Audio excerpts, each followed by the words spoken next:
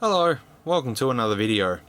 This phone here, which I threw way out of frame, the Susan M5 or whatever the hell it's called, we still don't really know, it's just the phone that has the generic 4G LTE thing that had the worst specs of a smartphone on the market that I've ever seen before, that failed when I just went like this. The LCD cracked when I bent it, and you can see how flexy it is. On eBay, I stumbled across a listing with someone selling one of these for parts. So I thought, I'm going to buy it and see if it's any different to the one I reviewed. Now obviously because this one doesn't work and I can't remove the parts from here because everything's soldered to the board, like the LCD soldered to the board, everything's soldered. So I can't take anything out. I can't use anything from this to this one that I've got. So we're just going to have to see if the one I get works. Maybe because I got a battery, that'll be helpful. But otherwise, I'm going to be going off my old video for the specs that I found on this before I ended up cracking it in half.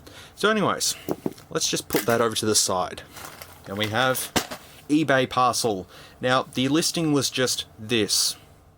And it said it was an iPhone 7. And it was just no description. So I took a chance on it. And for 23 bucks, well, we're going to have a look and see. Now, there definitely feels like there's more than just a phone in here, so maybe they included a charger or something, who knows.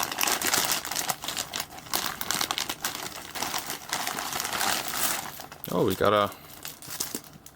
It came with a case? It came with a case? That's not gonna... It's for an iPhone 7. Okay. What did we get then? What did I get? What have I possibly got here? Paper. Paper makes good wrapping paper. Yes, that's why it's called wrapping paper. Alright. Someone using A4 pieces of paper to wrap a f***ing phone. Thank you. Alrighty. Aha. Well, that does look familiar. That certainly does look familiar. That is the same exact phone, I am led to believe anyways. So let's go ahead and crack open this thing and see what's inside. Okay, so it's all looking very familiar. That's all exposed there, the dual SIM card tray and the battery. All that's looking the same. M5, let's see if the IMEIs are the same. No, they're different. But that all looks the same there. It all looks very, very similar. Alright, well, let's try my old battery here that I've got. Let's just see if it powers on. Now, sorry for the autofocus and all that sort of stuff. It's just, yeah, it's a little bit strange. But I don't know why it came with an iPhone 7. Okay. Yeah, usually, sorry, I went on a bit of a tangent there. Usually I have a setup where I've got a table there and it's stationary, but this was sort of an impromptu video. I just want to see if this actually works. Wow. That's a start. But as I showed you in the listing, there is nothing really detailing me, like telling me what exactly this...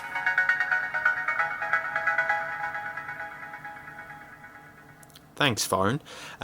What this phone actually has wrong with it. Maybe they bought it and expected it to work because it's 2G only and it's not 4G as advertised and they got ripped off and they just sold it for parts. I don't know. Let's wait for it to boot up. Come on. It's a doggy. Oh.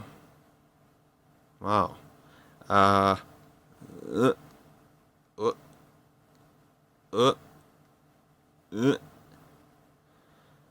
Okay.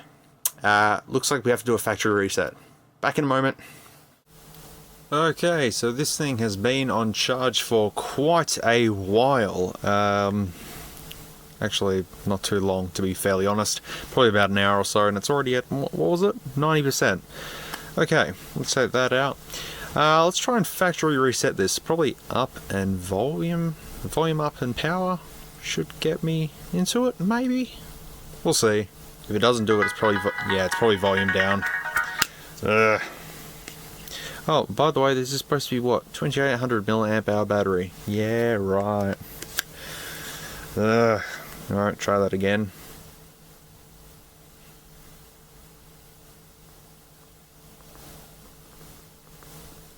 Is it dead? Come on. This thing wouldn't happen to have ADB on, would it? Alright, let me try alternate methods. I don't think I'm going to get anywhere with this, but, you know, I'll try it again. Okay, after fiddling around with the ADB settings and everything like that, I believe it should be all working now. Yes, it is. Fantastic. Okay, I'm going to put a SIM card in here, and we're going to see if this is correct. But when I installed this on my computer, it came up as Spreadtrum, which means it's probably running the same stuff as this one. But we'll see. Give me a second and we'll load it all up. Was this the battery that I was using in it? I believe it is. Let's give it a go. Alright, let's see if we get a network. I'm going to pretty much say that this is 2G only, but you never know. You never know. It's not going to find any service, I can guarantee that. Also, it's just decided to just lock up completely. That was quick. Oh, no, there we go. It's fine now. They just got to give us some time. Loading, please wait. Yeah, loading. Yep. I'm going to say it's pretty much exactly the same as the previous one. We're going to go into mobile networks anyways, and we're going to see what it says. Alright, so more mobile networks. Yes, Optus. Network operator. Search networks. There we go. Just didn't want to work there. Alright, let's see what it searches for. And that's all I get. Error while searching for networks. I'm going to change SIM card, but I'm fairly sure this is what we think it is. Alright, let's see if it gets anything this time. Launcher loading. Yep. See if it comes up with the same error again. I'm going to assume that it's going to come up with the same thing. Yeah, error while searching for networks. It's a 2G phone. It is... Can't say anything else. It's 2G for sure. It has to be. Alright, so let's go to File Explorer now and install some applications here and see how we go. So the first one I'm going to install is the usual system info one, which I've used many of times. This one usually tells me straight away what's in here, so we'll have a look and see what it says. If it loads. If I remember correctly, this has 128 meg of RAM, I think. Could be. We'll just keep waiting, I guess.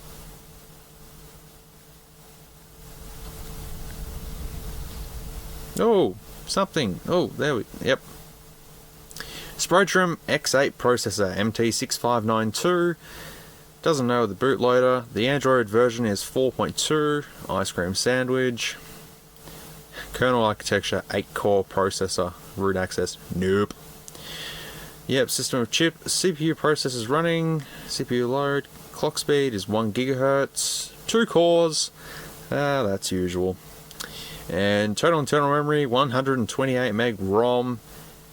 For external memory, yep. Free RAM, 256 meg of RAM.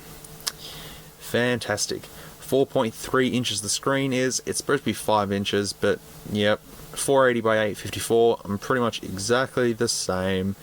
And there we go, GSM for the device type. Usually it'll say GSM or WCDMA or LTE or whatever, but this one is just GSM. So there you go. Alright, I'm going to put Antutu on just for the sake of it. Alright, let's go to device info. 8 core processor. Yeah, okay.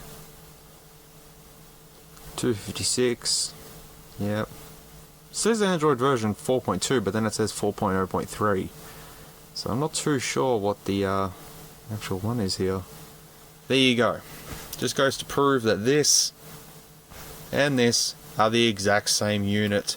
So if you do come across these phones advertised as 4G LTE, which both of them here say 4G LTE, they are absolutely incorrect and is false advertising. So if you see these on Wish or eBay, wherever, and they say that they're 4G 8-core phones with 1 gig of RAM, 2 gig of RAM, whatever, if it's a Susan M5, whatever, do not buy it. If you see this on the back of the phone, do not buy it.